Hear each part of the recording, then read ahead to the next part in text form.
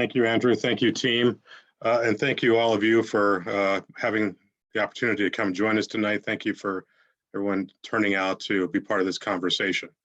As indicated, my name is Rico Munn, and I'm the superintendent of the Aurora Public Schools.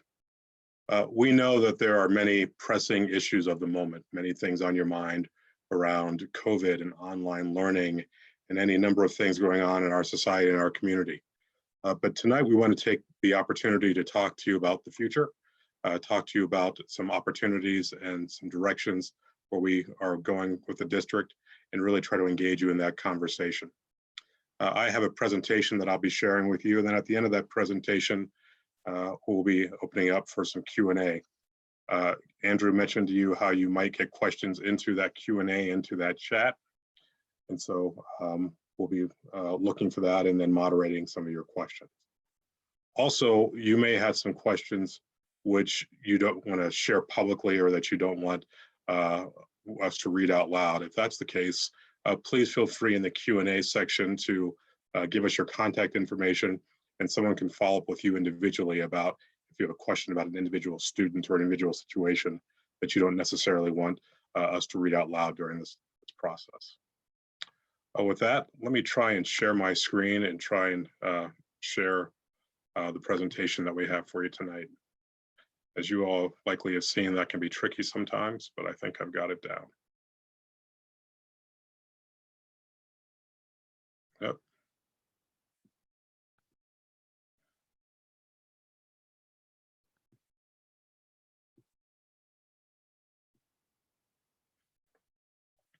All right, Andrew or team, can somebody confirm for me that everybody can see that? It looks good. All right, thank you. So tonight we want to talk to you in particular about what we call Blueprint APS, which is our process for how we have worked on and shared with how we're addressing some of the changes across APS and in our community.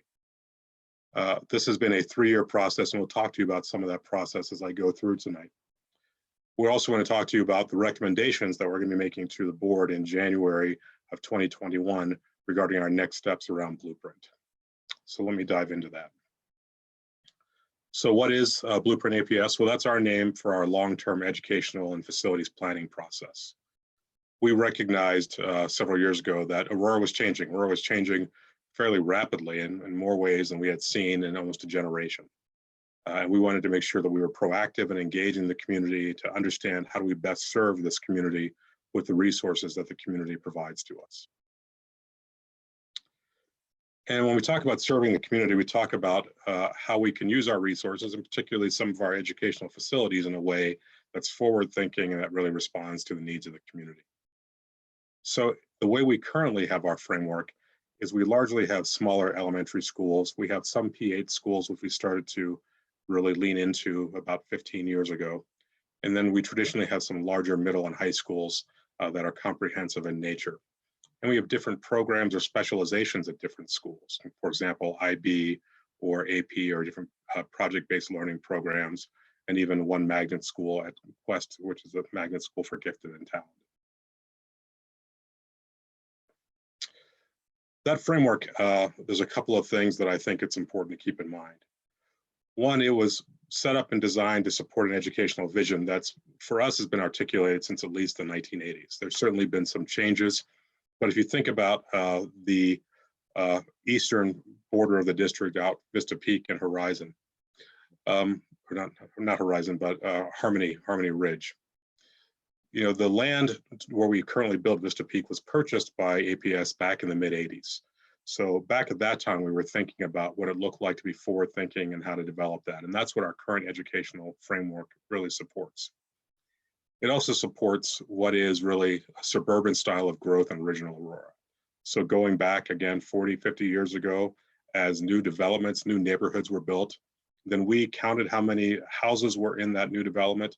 We did a formula to figure out how many kids lived there, and then we would build a neighborhood school to respond to how many people lived in that area and in that community.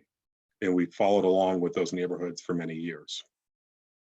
As you know, that is, as we see more aging neighborhoods and more aging populations, that style does not necessarily fit who we are today. That framework also, to a degree, assumes a certain amount of stability or low mobility of families. And what I mean by that is by investing so heavily in smaller neighborhood schools attached to new and developing neighborhoods, we assume that the families who live right there are going to stay right there and be connected to that school. That connects to the next point, is that that structure does not necessarily consider the concept of educational choice. And over the last several decades, the concept of educational choice has become very strong throughout the country, and it's growing in Aurora. Where we used to assume that 85 to 90% of kids who lived in a neighborhood would attend that neighborhood school, that number has been declining in recent years, so that it's roughly at 80% today on average and going down. What we also see about that current framework is that it doesn't consider anything about remote learning, which is really something that in this last year we've all seen and learned in firsthand in a very dramatic way. What happens if our framework does not consider that? So I want to talk about that current framework versus what we see as emerging priorities. And those priorities really came from our engagement with the community over these last 3 years. So one emerging priority that we know and that we really see is the need to center student equity in everything that we do. Going back roughly 20 years to some legislation and changes around how we collect data and how we get information about students, it's really become much more obvious and a better focus for us to understand what are the gaps between student groups. And so as we think about that, we really need to make sure that we're centering student equity in all of our work, including how we use our resources. We know that Aurora has been increasing in diversity in a wonderful way for many years, and we want to make sure that we're responding to that emerging priority. And that also requires us to invest more in strong educational programs and not necessarily in buildings. And so as we think about the resources that the community entrusts us with, we want to make sure that we are allocating those, that we're putting them in the right places. And also we heard loud and clear from the community that we're very proud of what is happening here in Aurora. We're very proud of the development. We're very proud of the work that the city is doing to develop. We want to make sure that we're creating stronger connections with our local employers and our community resources, so our kids have opportunities in our community to fulfill their dreams and to shape successful futures for themselves. And we're seeing more and more parents who are interested in supporting school choice, but not necessarily in charter schools. Parents have told us over and over again that they are interested in the different educational models, educational focus areas, but they like the traditional schools and they like their connection with APS in its traditional sense. And so we want to make sure we're responding to that emerging priority and supporting what is a broad range of different ways to engage students and engage their attention and their interest. And then finally, as a match to what we saw on the other side, the increasing need for remote or virtual learning and the supports that go with that. We know that for many years, there have been a large number of students who live within APS who are interested in online or remote learning. And we really didn't have programming to support those students from kindergarten through 8th grade. We've enhanced our programming at the secondary level in the last couple of years, but clearly in this last year of COVID, we've learned of the need to invest in that and to support parents and students, because we think there's more of that coming in the coming years, and now that everyone has gotten familiar with it. So in thinking about these emerging priorities, we also have to take into consideration what's happening across the metro area. And this map, I understand, is a little crazy looking. But what this is what we call kind of a heat map. And the red dots indicate across the metro area places where schools are declining in enrollment. The blue dots indicate places where they are growing in enrollment. And what you can see, and it's not an illusion, is that there's a lot more red dots than there are blue dots, which indicates across the metro area we are seeing declines in some of our traditional schools, and for a variety of reasons as far as why people are moving, where they're moving to, when we've been studying that and analyzing that. But we are trying to respond to some of that phenomenon across Aurora, because you can see on the right-hand side there that there's a large number of those red dots concentrated in our part of the community. And it plays out in what we see in our data. We've been experiencing a 10-year decline in our enrollment across our schools, and we're trying to think about what's happening there and why is that happening. We see that in part because of some movement patterns. We see that because also several years ago when we had the Great Recession, there was a large decline in childbirth. And so that's playing out across our elementary schools, we've seen roughly a 17% decline in the number of kids who are starting through elementary school, and that'll be within our system for a number of years. While we're seeing that decline across a lot of our traditional schools and across a lot of the western part of Aurora, across the east, as you know, we're also seeing a lot of development. The green areas on the right-hand side indicate the number of ongoing developments that are happening largely east of E470. And there, as you can see, are some very large developments happening. And even in the midst of COVID, those developments don't seem to be slowing down. So for example, at the top of the screen in the northern part, close to the Gaylord, you see Painted Prairie and Green Valley Ranch East and Aurora Highlands. Those developments combined are projected to be on the scale of Highlands Ranch. And so just those ones, when you couple with the other ones that are happening, you'll see that we do project that the district will continue to grow in coming years. However, we will have more of a balance both east and west as far as where our students are living and the students that we need to serve with the resources that we have. So as we look ahead and we started to have a conversation, we understood that things could look differently in years to come. And we had to think about what did our schools look like? How do we respond to that? And recognizing that the community does not give us unlimited resources. How do we value what's important to the community? And so we launched a 3-year community engagement and planning process that we call Blueprint APS.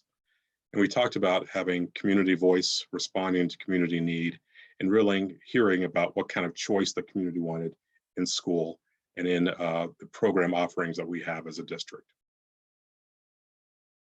And so through that 3-year process, we went through a lot of different phases of community engagement. We spoke first with our Board of Education to really get their feedback and their direction as your elected representatives.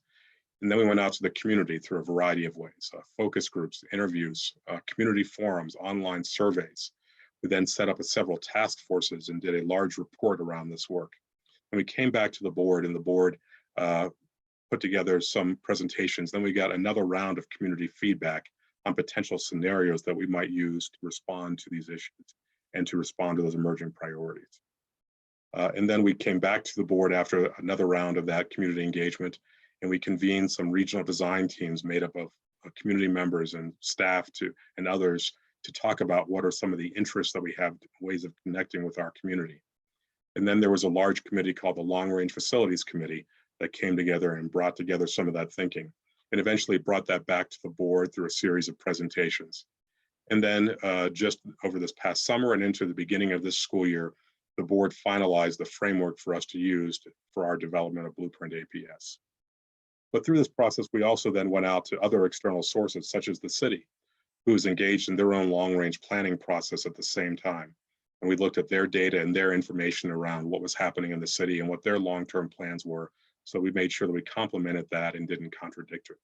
We also connected with community and parent groups around surveys that they were doing and feedback they were getting around some of these major themes.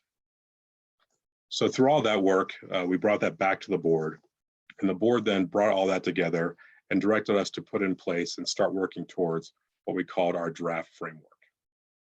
And that draft framework for us moving forward was going to look like this. And this all happened a little over a year ago in July of 19. That we would start by operating a system of boundary schools complemented by regions of specializations. And what that means is we, as you saw in our current framework, we have a system of neighborhood schools. And we understood that we needed to still have neighborhood schools, but perhaps have them with larger boundaries so they could draw from more neighborhoods and therefore make sure that we were appropriately using schools and having kids in them so they wouldn't be under-enrolled. But we also wanted to have different specializations across the district. And I'll talk more about specializations in just a minute. We did some research around the work in the district and nationally around our school models.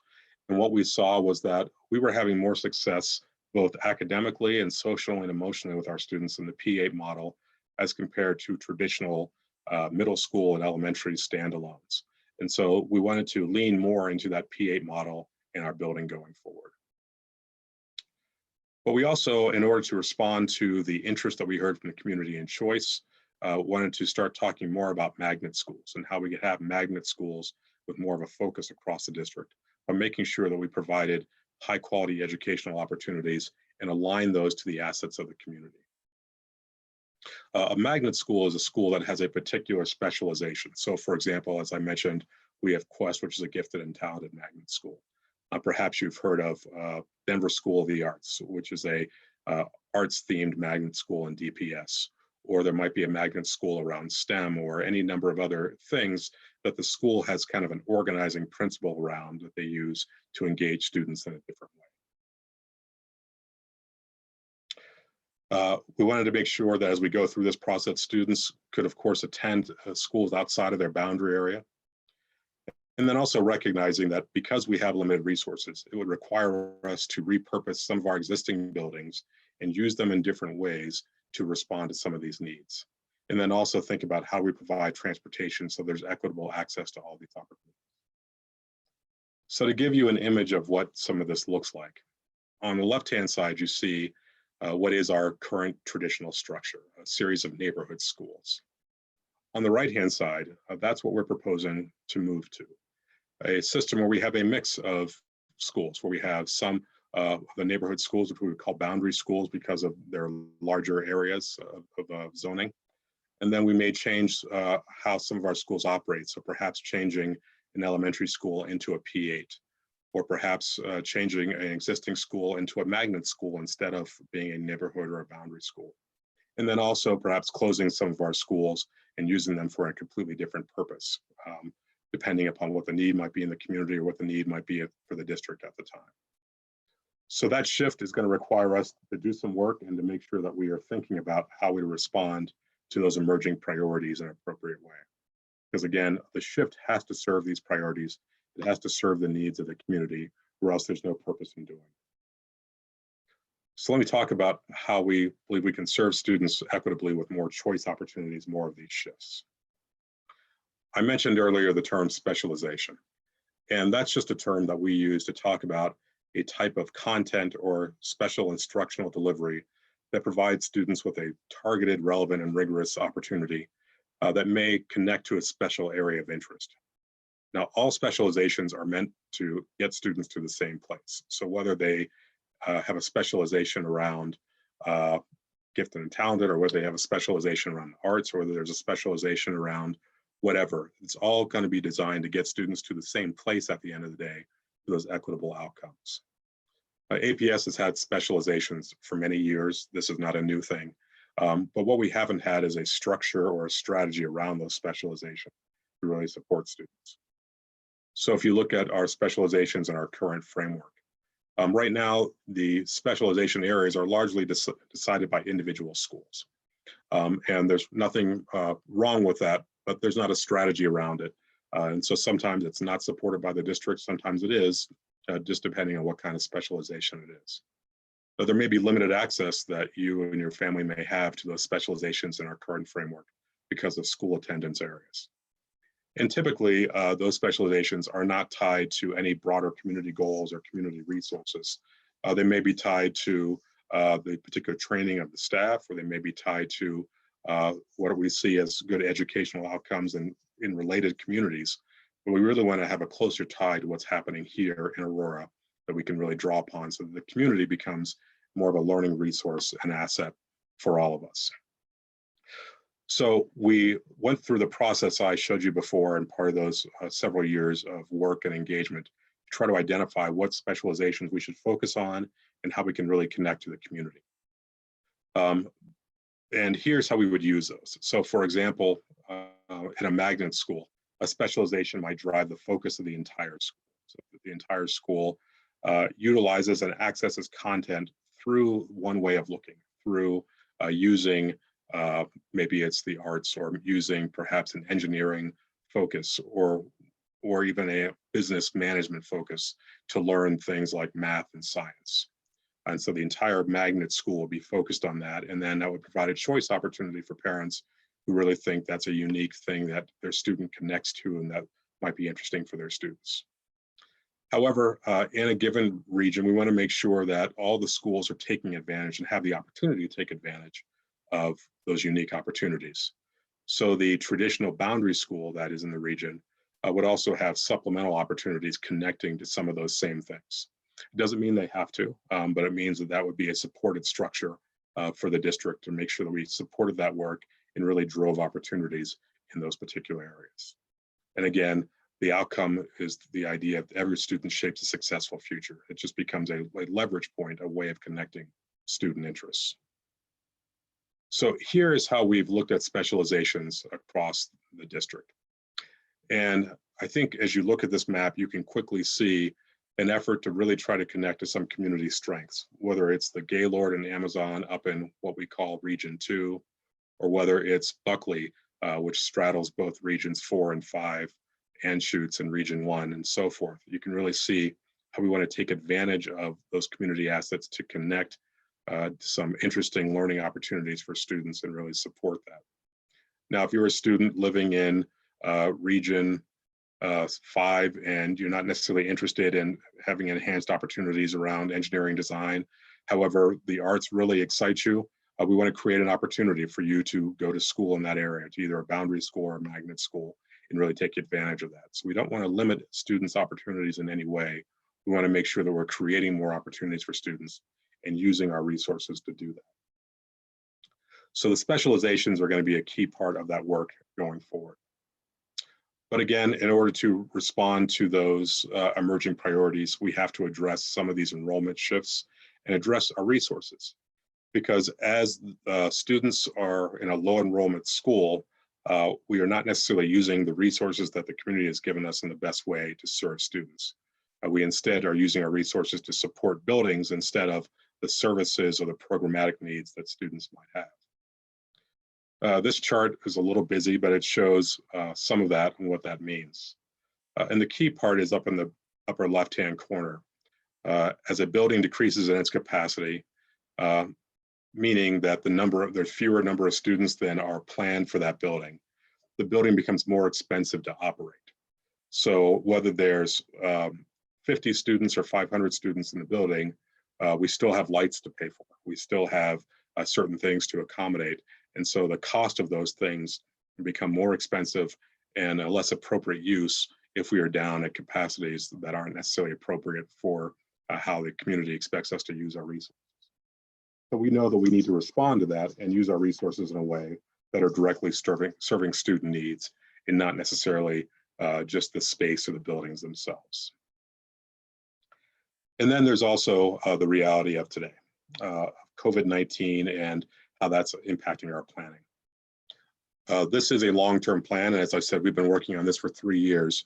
However, COVID has highlighted the need for increasing our remote learning opportunities. As I mentioned to you earlier, we know that there are a number of families who have engaged in remote learning for a number of years in the community. And now that 100% of our students have really engaged in that, we expect that more families may stay in that space or may want to be in that space, even if there's an opportunity for more in-person learning. If there is a vaccine, if we're getting students back, there's still families who are going to say that this is the right environment for them. And so we want to make sure that we are serving those families and responding to their needs. So all of those brought together are an attempt to respond to the emerging priorities that I talked about. And all of that culminates ultimately in the recommendations that I will be making to our Board of Education in January. We're going to be asking the board to make several moves related to some of our schools, particularly in regions 2, 3, and 6, which are up around that Gaylord area is region 2, region 3, in the left-hand side there, or in the purple area, and then region 6, which is right below that. We believe those are some of the highest priority needs to begin that work. And then once we start moving forward with that work, then we'll come back and assess the timeline for doing some of that work in other regions. But again, we'll be making a recommendation to the board in January that the board engage in these moves across those 3 regions. Let me give you just a minute to take a look at that, and then I'll talk through what some of those look like.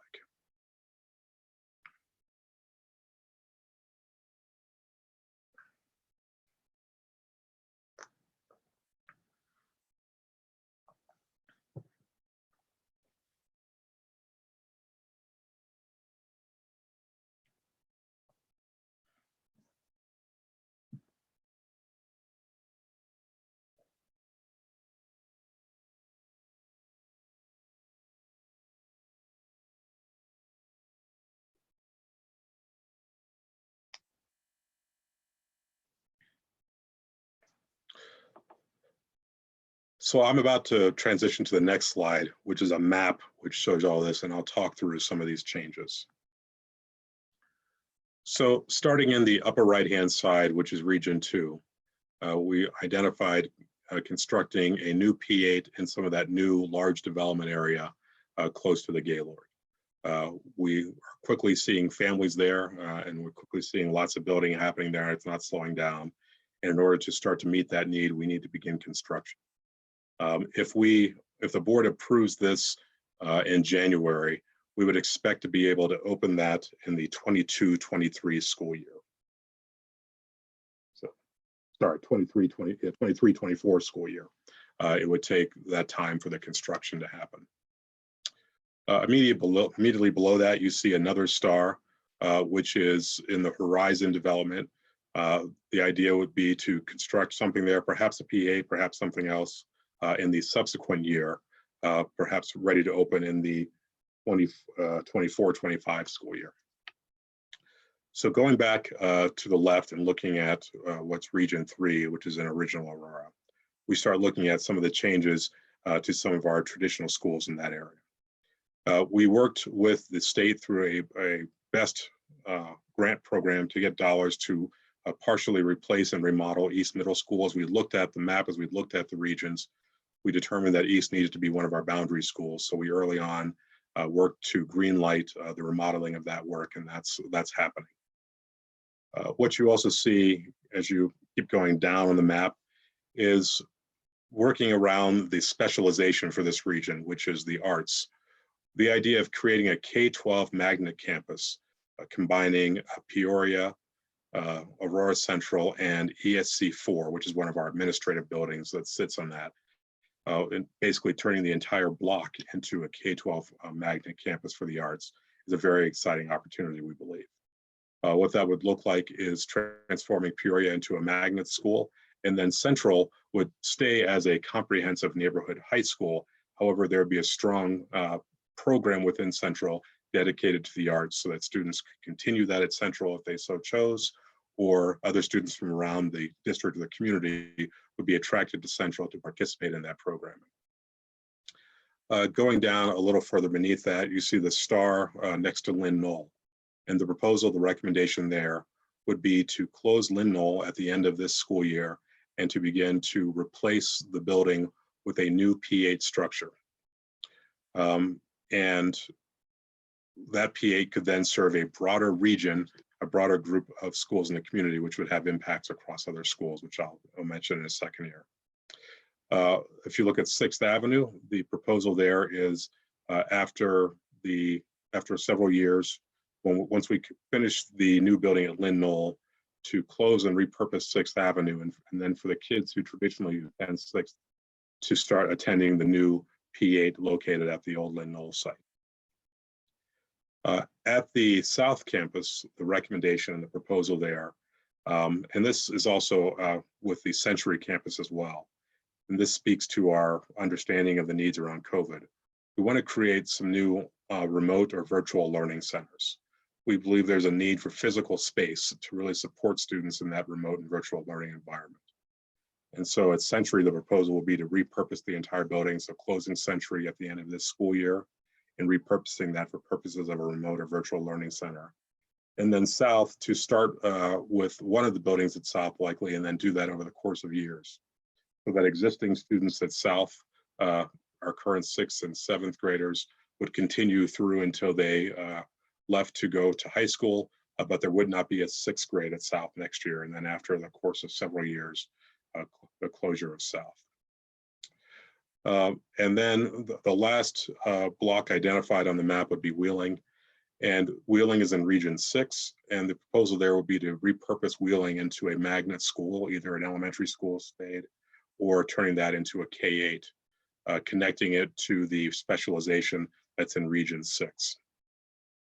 And so all of these moves that are identified here would come with the need to look at changes to our boundaries, changes to where attendance areas are, some for a short period of time while we engaged in building new buildings, others for an extended period of time or permanently. So these maps start to show some of the impacts there. So this shows our current elementary attendance areas, and the different colors represent the attendance areas specific to some of the schools that are highlighted. So as we would begin the process of repurposing 6th Avenue and Peoria into different uses, enclosing and then rebuilding a school at Lynn Knoll, as you can see, that would start to have an impact on the attendance areas and the boundaries, so that other schools in the region, in the area, would start to resolve and address their low enrollment issues. So that by having those boundary schools and by having students attend in different areas, we start to create healthier structures for our community and better utilize the resources that the community has given us. And then obviously the same impact for middle school. This is our current middle school attendance areas in those places. The students who had traditionally attended South, some of them may attend the new P8, some of them might attend Hay Hills or North likely. And we start to see, or even some may opt to try and go to the Magna campus at the K-12. And so we start reshaping what's happening with middle schoolers in that area as well. And then this shows the map around Century. And as you can see from the bright green color, Century has some fairly non-traditional boundaries right now. Right now, we have a number of students who live very close to Jewell Elementary, who we bus to Century, a number who live fairly close to Iowa Elementary, and then some who live closer to Dartmouth and Yale, who we bring to Century. And that historically, I believe we did that to try to address some of what was historic overcrowding in some of those schools and the capacity that we had at Century to accommodate that. With this change, a lot of those students will likely be able to attend schools much closer to where they live. And they'll be much more naturally in a boundary that relates to where their community is and their students in their neighborhoods. And so this chart starts to demonstrate how we make a better shift of use of the resources from the community. At the top is our current situation. And you can see on the far right-hand side that we have some fairly low enrollment percentages as it relates to the students in these areas. At the bottom, and this is really looking at Region 3, that area where South and Lynn Knoll are. At the bottom, if we can make all of these moves, we start to create on the right-hand side a much healthier situation, but we also leave room for more students to be attracted back into our traditional schools, to be attracted back to the opportunities that we're creating within the district. So in just a minute here, I'm going to open it up for questions and any Q&A that we can engage in here. But what I want to point out is that this is a process, and we've been engaged in this process for a number of years. In that first column, you'll see some of the work that we did probably 2 years ago, really determining some of those regions and some of that timeline. We are at the end really of that second column of work and determining some of those things.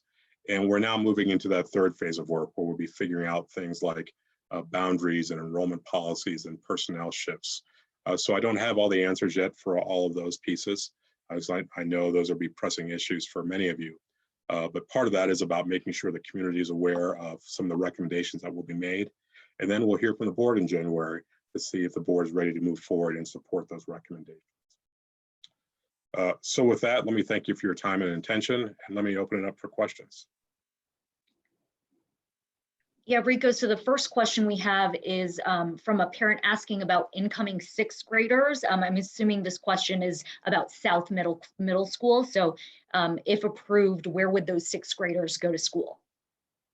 Thank you for the question. That is one of those questions that, first of all, if the board approves these recommendations, we would then have to engage in a boundary process where the board would take recommendations from the community and from staff around how to redraw those lines. I would expect that the most likely scenario is that some students will go to A Hills and some will go to North, depending on where they live. All right, we have a question about prior to the drop in enrollment, teachers often had too many students in their classroom. What does the new plan project student to teacher ratios will be?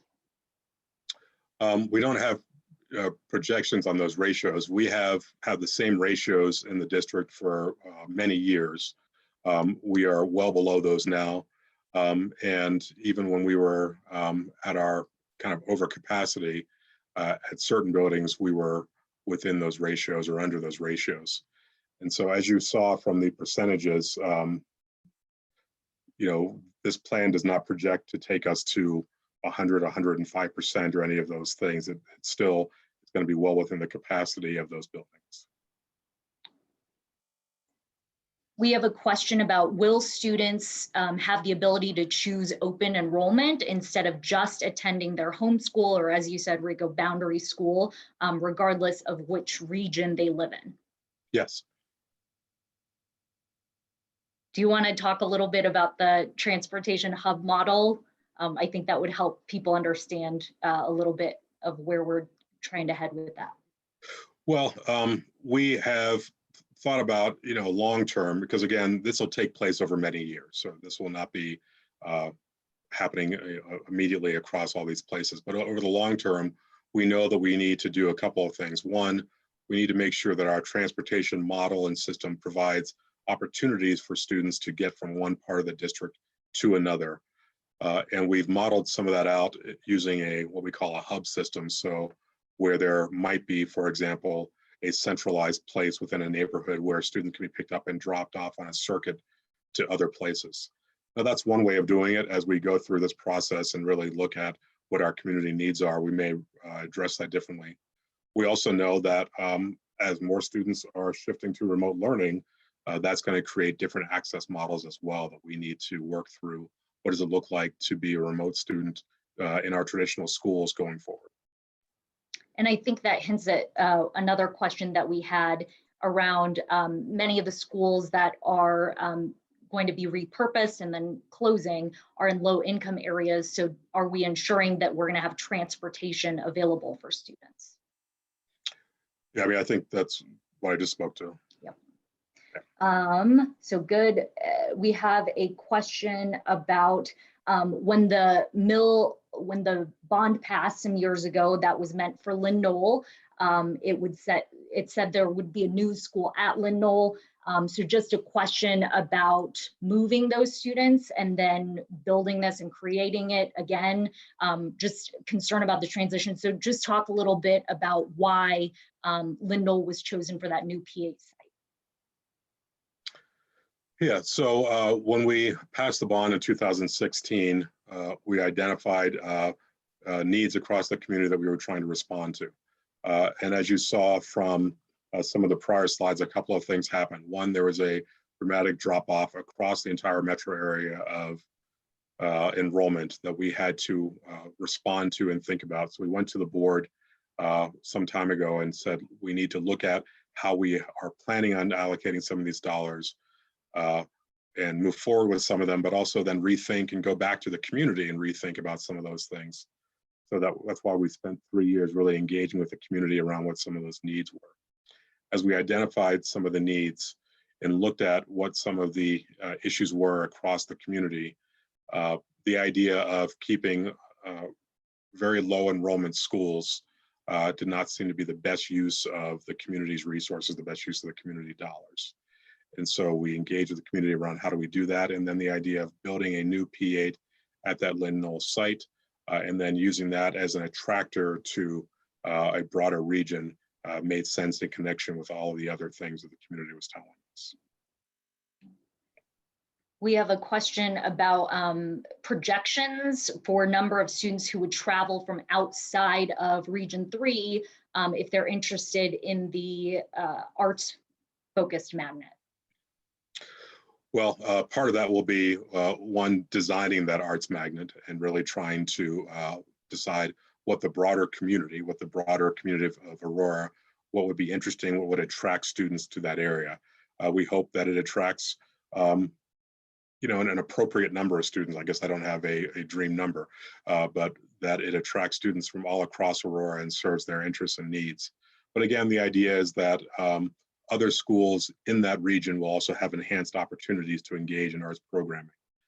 As you may or may not know, the city, through its long-term planning, I think it's called Aurora Places, is doing much more to try to invest in the arts in that part of the community as well.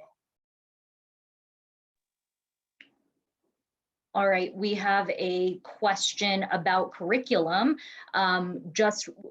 Someone's wondering if there's any talk about with Blueprint changing curriculum, making sure that we don't leave out the contributions of Black, Brown, and Indigenous people, and library and textbook upgrades that ensure inclusivity. I think that's not part of Blueprint. That's part of our always ongoing conversation. The board approved new curriculum at its last meeting, I think, just 2 weeks ago, that really provided some strong highlights on the contributions of people of color and really tried to take a more diverse lens. We know that we continually need to look at our curriculum and update that and make sure it's current and addresses all the diverse needs of our community. We have a question about out east with the addition of 2 P8 schools. What about an additional high school? Well, up in the upper part of the northern region, we know that we intend that to be a P8. The second building, we have not finalized whether or not that would be a P8, whether it would be a magnet school, or whether it would be a high school. That might be a possibility, but we're a year away from having to make that determination. All right, we have a question about what are some of the indicators of success of the K-8 or P8 school model as opposed to non-K-8s or P8s that you mentioned? So there are a couple of things that we looked at, specifically the overall indicators of some of the social emotional connections. So what were our attendance trends? What were our discipline trends? What were just kind of our ongoing success trends for students? And then also what were some of the academic trends overall? Now, I will tell you that when we looked at that, we saw better trends there. I'm not trying to say that it was dramatically hands down. We are not making a move to eliminate the middle school model across all of APS. But what we're saying is that where we're seeing that being successful, we should lean into that trend with new buildings and really try to support what we're seeing with success for our kids. We have a question about, will there be any hybrid schools? I need more around what hybrid means, I guess. I assume she's talking about hybrid, like a blend of remote and in-person learning. I think that's likely to be all of our schools going forward. We're really now trying to think about what next school year looks like and what it looks like in relation to COVID and how we respond to that and providing opportunities for students to engage in all of our schools in remote ways. We're still working through that and what that design looks like, but I think that'll be across the country and across APS, you'll see much more of that. We have a question about funding. Where is the money coming from? Is there going to need to be a bond election? No, we passed a bond in 2018, and so the board approved moving some of those bond dollars that had been previously allocated, setting those aside. That's part of what we'll be asking in January, is to now earmark those existing funds to these moves. We were also able to acquire a BEST grant, which was for about $16 million, which went towards the replacement remodeling of East as well. So for this phase of the work, we do not need new money, new bond.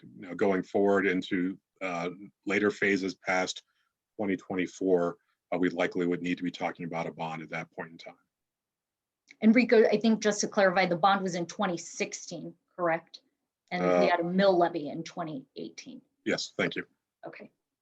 A question about will region schools only have programs for that identified regions? In other words, will the STEM schools have band, choir, PE? I think that's a good question to clarify. And sorry. So the idea again is that what we call boundary schools or neighborhood schools would be our traditional comprehensive schools would have all of our core subjects.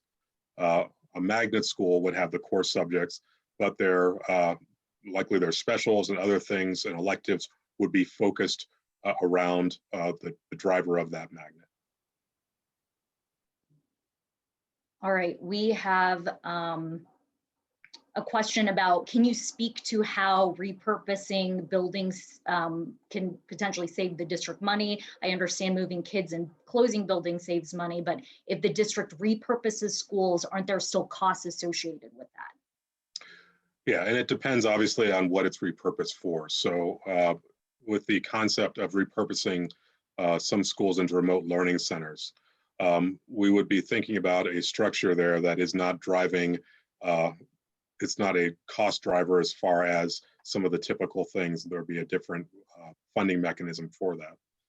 If we're repurposing a building into a magnet school, for example, yes, there would be a cost to that, but the idea would be it would be attracting students from a much broader area, and so filling up with students from all around the district who would then support the cost of that building.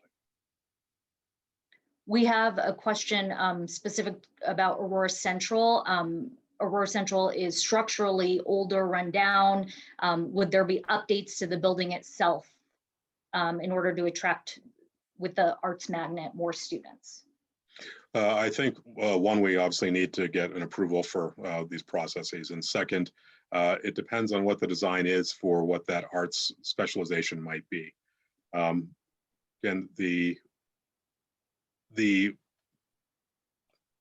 let's find it. Yeah, so the identified specialization is visual design and performing arts, and that is a fairly broad category. And so we want to go back to broader stakeholders across the entire community and get a little more detail and specification, and then create a design team which can really focus on what that would look like and what those structures would look like.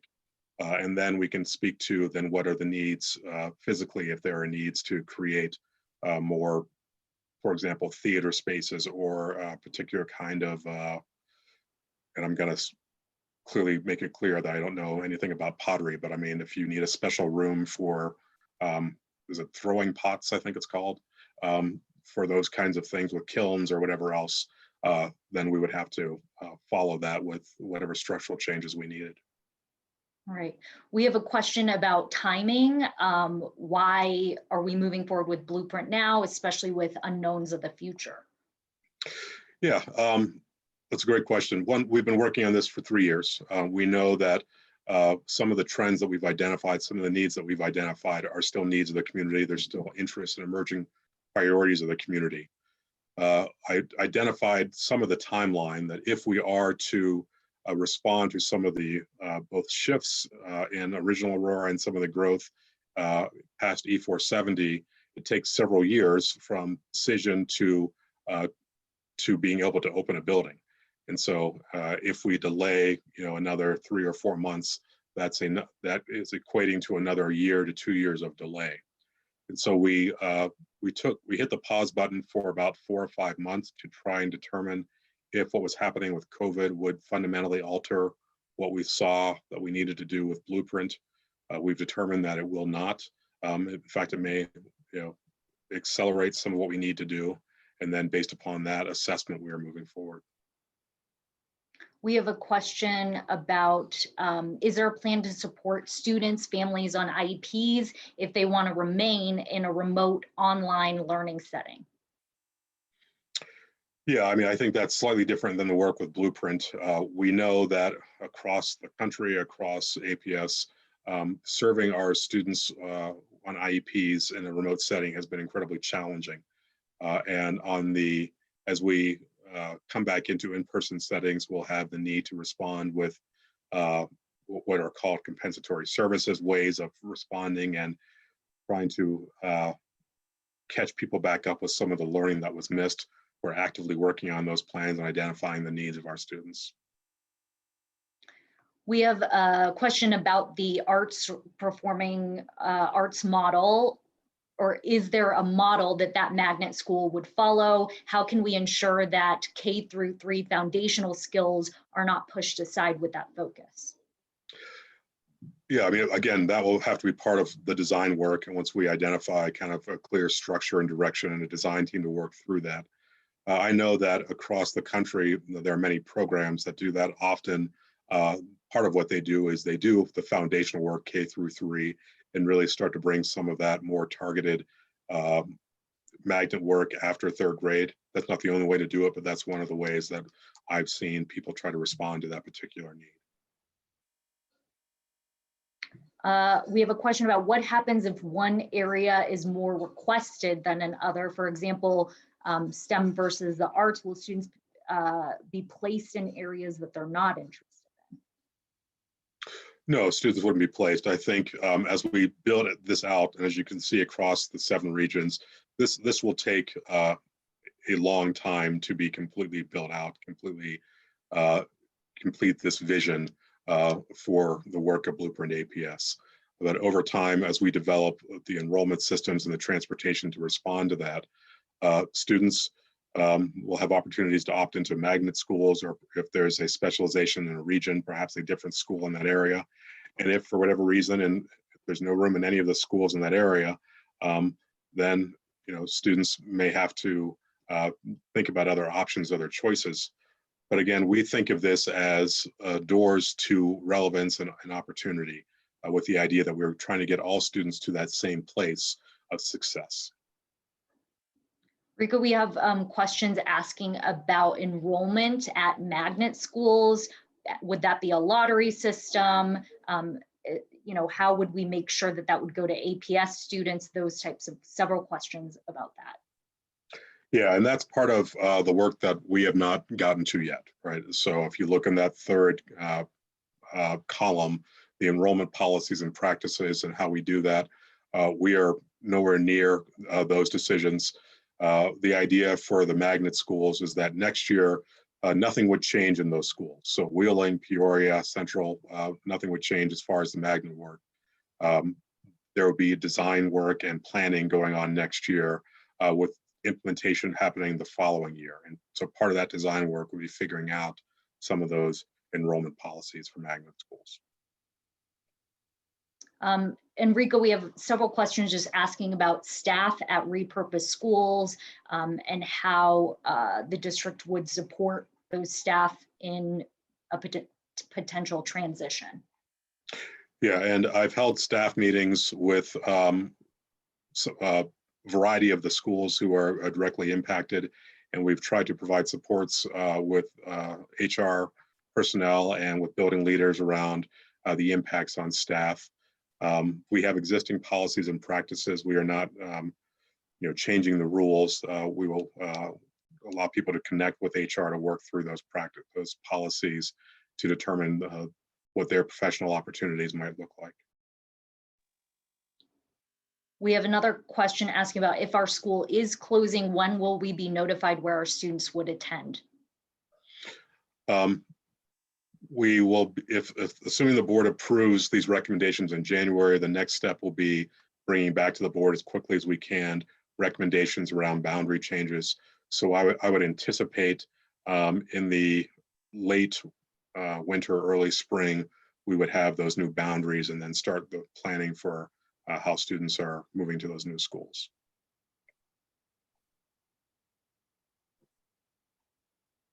All right, I apologize, I'm keeping up with questions. And a question about, are the focus school areas set in stone?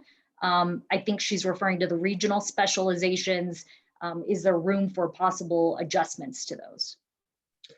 So the regional specializations, again, were the work of several years of work and committees, and finally approved by the board in September. So as you look at, let me get back to that. There's, I think, a lot of room within those specializations as to what exactly they mean. They have some fairly broad umbrellas, which we want to go back to stakeholders in the community and engage with them. But the broad framework is established here, and that's the framework that we're moving forward with. There's a question about, in some other parts of the country, New York, Louisiana, more school choice has sometimes been followed with increased segregation among students. What are APS's plans to combat this? Well, as you've seen, we've tried to really think about how we can provide access to different schools and to different places across the district. I think we want to make sure that we actively are working, be it with magnet schools or whatever else, to try and provide opportunities to make sure that we are providing full access to a diverse range of students. All right, and we have a question about, will this presentation slides be available to APS parents? And I can answer that one. So we're recording this presentation currently. We're going to make sure to have that posted on our Blueprint APS website and have the feedback form on there as well. So yes, this recording that shows the slides will be available on our website. We're hoping in the next day or two. All right.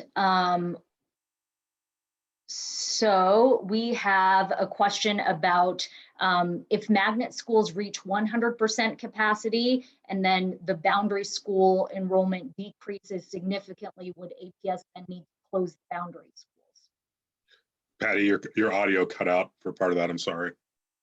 Sorry, there was a question about if the magnet schools reach 100% enrollment and then a surrounding boundary school had decreasing enrollment to the point where that was concerning, then would that boundary school need to close? I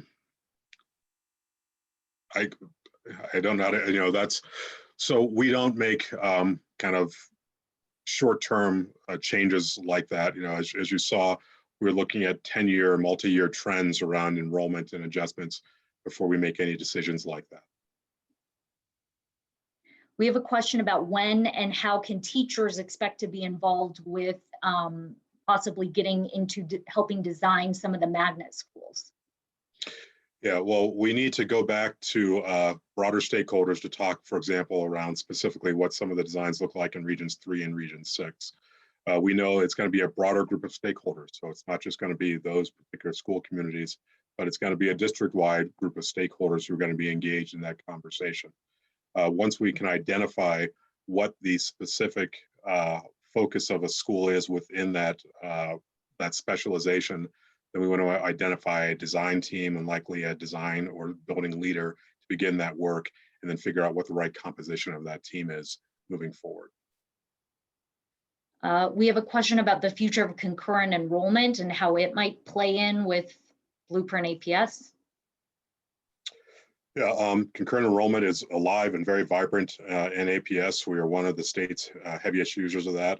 Really, we work with the legislature every year to try and expand that in APS, and I see us doing more of that.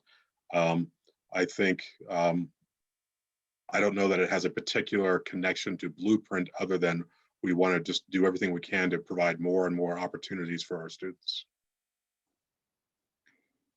We have a question that, Rico, I think you touched on earlier, but we may just need to clarify again. If a student is in Region 3 or 6, will they have access to the magnet school in Region 5? Yes. So we would be developing transportation structures to provide that physical access to it, but also the location of a particular magnet school. It would just be trying to spread those opportunities out across the district to provide, a broad network of those opportunities.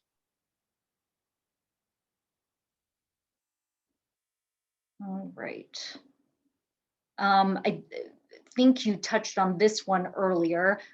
Can priority in terms of enrollment at schools being repurposed as magnet schools go to current students, families, and teachers?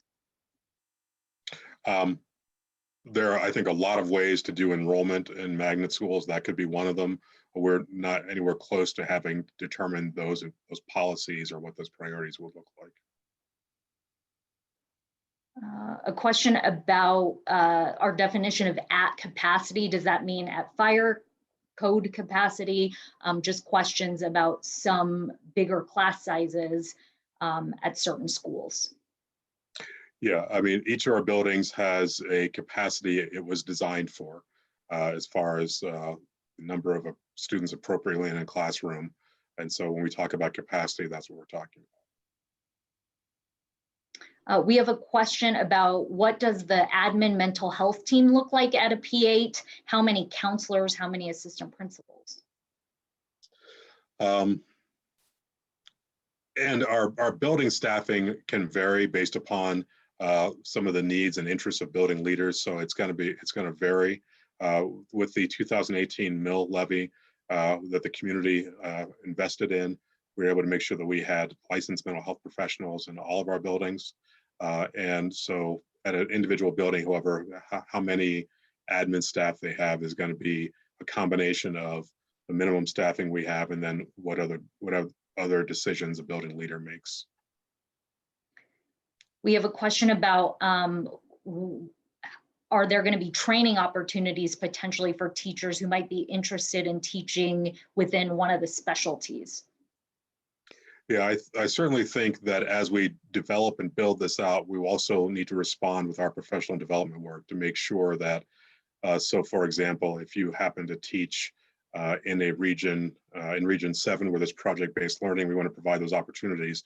We're also then going to need to make sure that we provide professional development opportunities in our boundary schools and other places so that we can provide that access to students in our buildings. We have a question asking, what does the research show about the effect on elementary students when middle school students are added to that school community? So I think she's assuming within a P8. So the impact when you bring in a group of students, or when it's grown, or? Yep, when you bring in middle school students into a school with elementary students, what impact that has on the elementary school students? I don't know that I can speak to research which talks about the overall experience in a P8, right? And the overall experience that we see in P8s, and again, this is very broad, kind of macro research, is that it provides younger students opportunities to model and to see, or to have behavior modeled for them by older students that they can see and they can inspire to be. And also for younger students, it gives them some unique learning opportunities where if you have an advanced fourth grader who is ready for an advanced level of learning or classes, they can actually engage with a peer group in their own school to try those advanced classes in a way that they may not be able to in an elementary school. There's a question about cost analysis, basically keeping underperforming schools open versus transporting students over longer distances to magnet schools. And let me just be clear, when you're talking about underperforming, you're talking about low enrollment, right? I think that's what this question is probably trying to get at. So let me just be very clear, because that gives me an opportunity. None of the work that we've done and none of the moves that were made are tied to overall current performance in schools. So I know that in some places, these conversations are centered around closure of schools because of academic performance. This conversation has been rooted in and really based upon an academic vision, and then using our resources along that way to connect to what the community is interested in. But to get to the heart of the question, the cost benefit analysis of the transportation versus maintaining existing buildings, we've done separate analyses of the underutilization of buildings and separate analyses of transportation, and it is definitely a better investment of dollars to really think about investing in some of that transportation as opposed to the operation of buildings. We have a question. Oh, sorry. Sure. Okay, we have a question about what about kids and families who are not interested in a unique opportunity? They're more interested in traditional school. Yeah, and what we've talked about that again is in our boundary schools, it will be, our traditional opportunity with core subjects. There'll be supplemental opportunities, and whether or not families engage in those opportunities or whether or not they want that to be the focus of what they're doing will be up to them. We have a question about, will incoming sixth graders still be able to attend their current school that would be transitioning to a magnet school?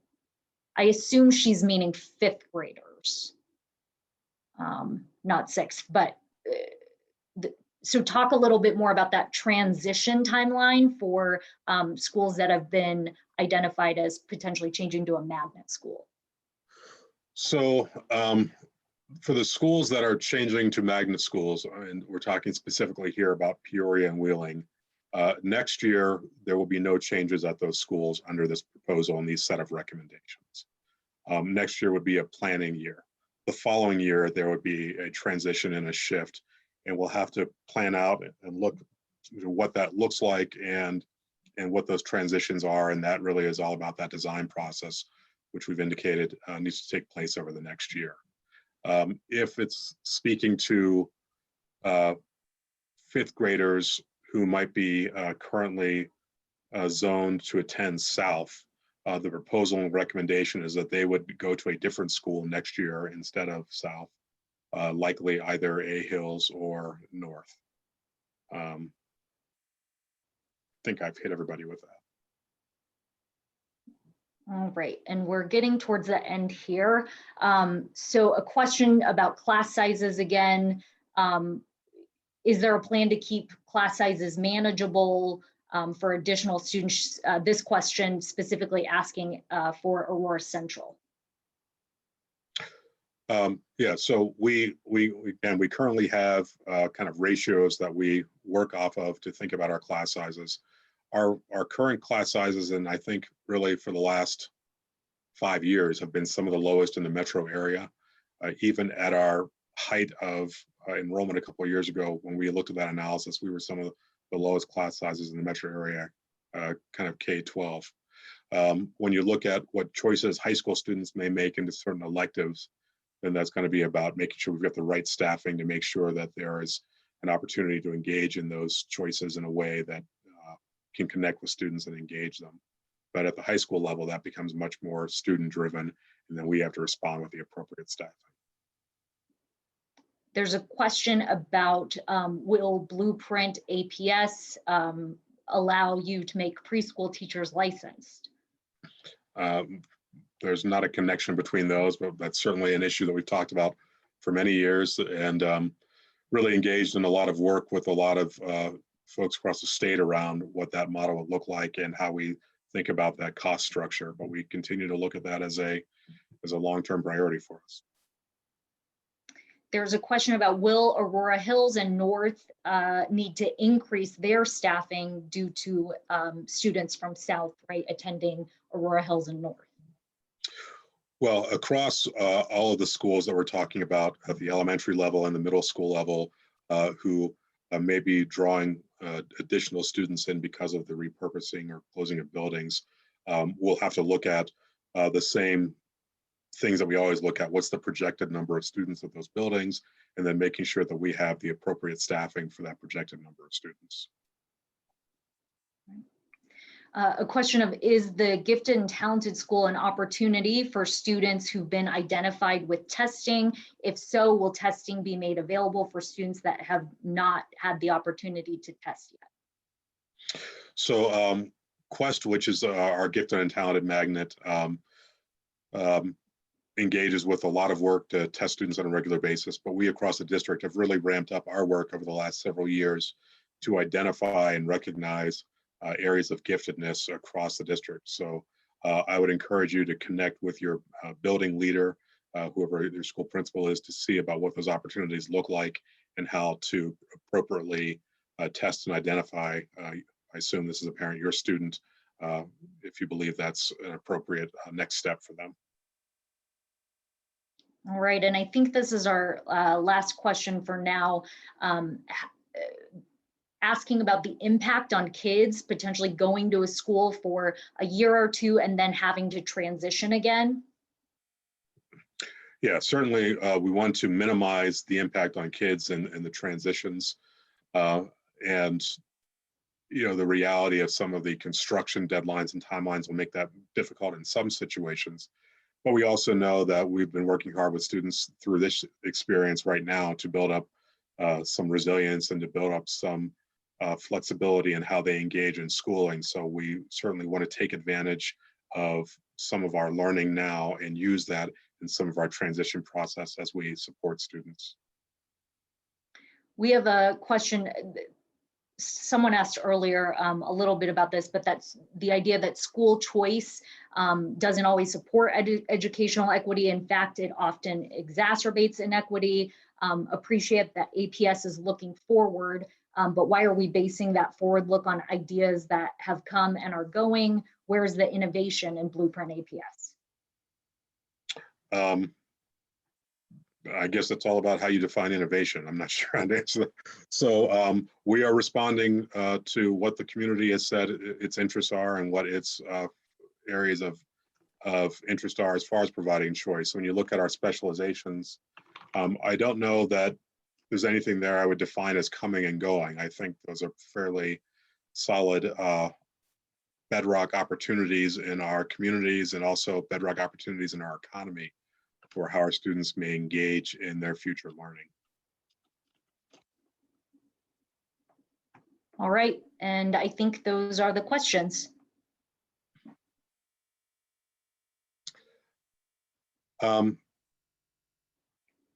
So first, again, let me thank all of you for taking the time out tonight to engage with us and to connect to talk about these issues. I'm very excited. I'm very excited about the opportunity this creates for our students, the opportunities that we are looking at. We're excited that we have had the chance to connect to the community and engage in this conversation and talk with the community about what you value and also to start to respond to those emerging priorities.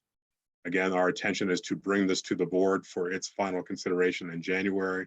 We hope to get a favorable recommendation from the board, and then we'll begin the next steps of implementation, where we'll start to answer a lot of the questions you raised tonight. But thank you again. Thank you for your time. Thank you for the staff for supporting this process. And good night to all of you.